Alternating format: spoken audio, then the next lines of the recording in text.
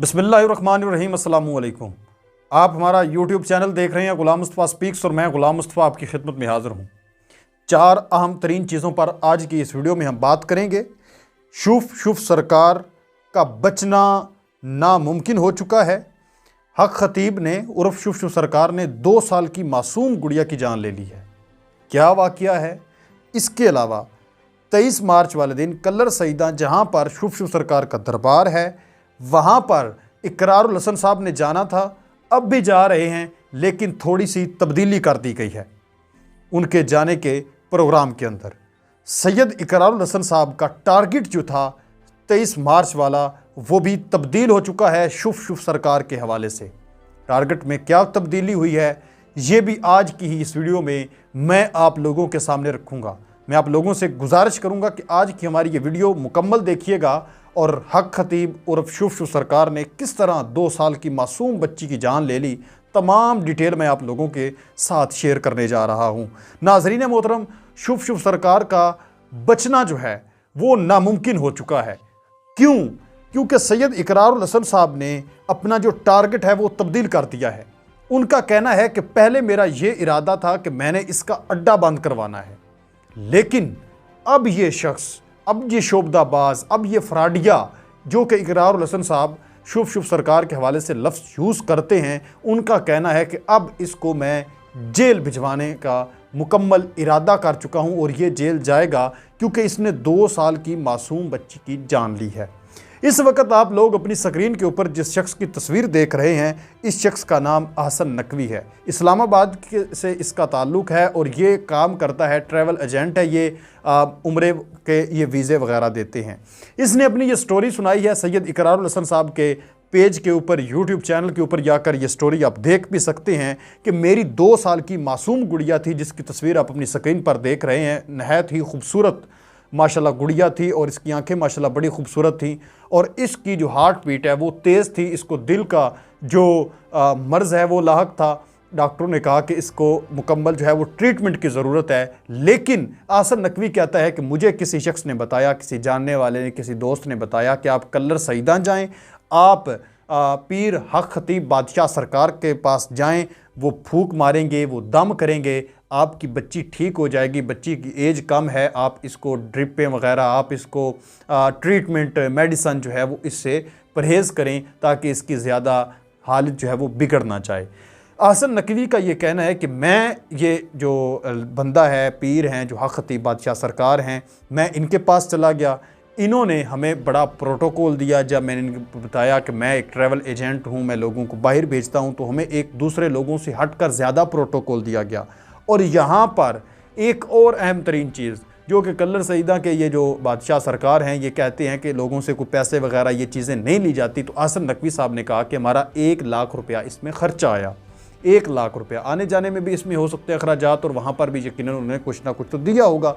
तो उनका कहना है कि 3 दम मैंने करवाए, लेकिन मेरी जो गुड़िया है इसकी हालत मुसलसल बिगड़ती जा रही थी, ख़राब होती जा रही थी, ठीक नहीं हो रही थी थोड़ी सी भी। लेकिन हम इसकी बातों में आ चुके थे, हम इसके हाथ चूम रहे थे, अंधी तकलीद जो है वो हमने की हुई थी जिस तरह के अभी लोग कर रहे हैं। उस अहसन नकवी ने हाथ जोड़कर लोगों से ये गुजारिश की कि खुदा के लिए ये फ्राडिया है, इसकर से बच कर रहें। बिल आखिर अहसन नकवी साहब की ये मासूम गुड़िया जो है इसकी हार्ट बीट बढ़ती चली गई, 3 दम उन्होंने करवाए, उसके बाद मज़ीद हालत बिगड़ गई तो इन्होंने इसको हॉस्पिटल जो है वो शिफ्ट किया। तो उन्होंने वेंटिलेटर के ऊपर इस बच्ची को जो है वो ले गए और इसको ड्रिपें वगैरह लगाई, इसका ट्रीटमेंट शुरू कर दिया। लेकिन अब गुड़िया की जो हालत है वो तशवीशनाक हो चुकी थी, वो बेहद ख़राब हो चुकी थी और वो गुड़िया की डेथ हो गई और ये नहायत ही अफसोसनाक सानिया था। तो इस तरह से इन्होंने उस बच्ची की ट्रीटमेंट रोक कर बादशाह सरकार ने ये कहा था कि अब आपने इस बच्ची की मेडिसन जो ट्रीटमेंट है वो मेडिकल ट्रीटमेंट आपने नहीं करवानी, सिर्फ़ और सिर्फ आपने मुझसे दम करवाना है, जिस वजह से उसकी मेडिकल ट्रीटमेंट रोक दी गई और बच्ची की डेथ हो गई। इस तरह के और भी बेशुमार वाक़े होंगे, लेकिन वो कैमरे की आंख से ओझल हैं, वो हमारी आंख से ओझल हैं।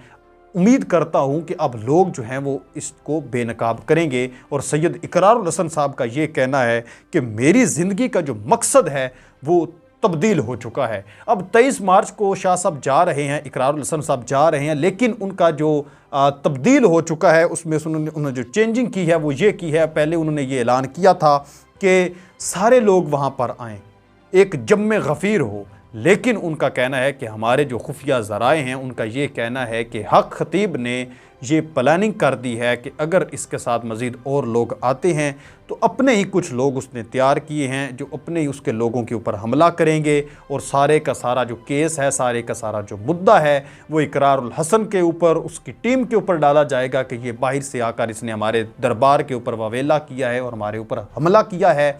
इसलिए इस फितने को बेनकाब करने के लिए और उसकी साजिश से बचने के लिए सैयद इकरारुल हसन साहब ने कहा है कि जो मैंने एक दावत आम दी थी कि हर बंदा आए, मैं अब इस चीज़ से रोक रहा हूँ। मैं खुद अकेला जाऊँगा, मुझे इसका रत्ती बराबर भी डर और खौफ नहीं है।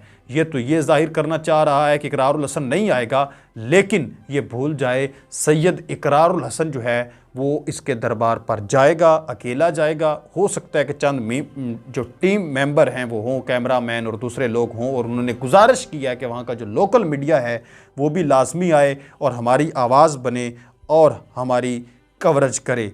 अब वो इनको जेल भिजवाएंगे।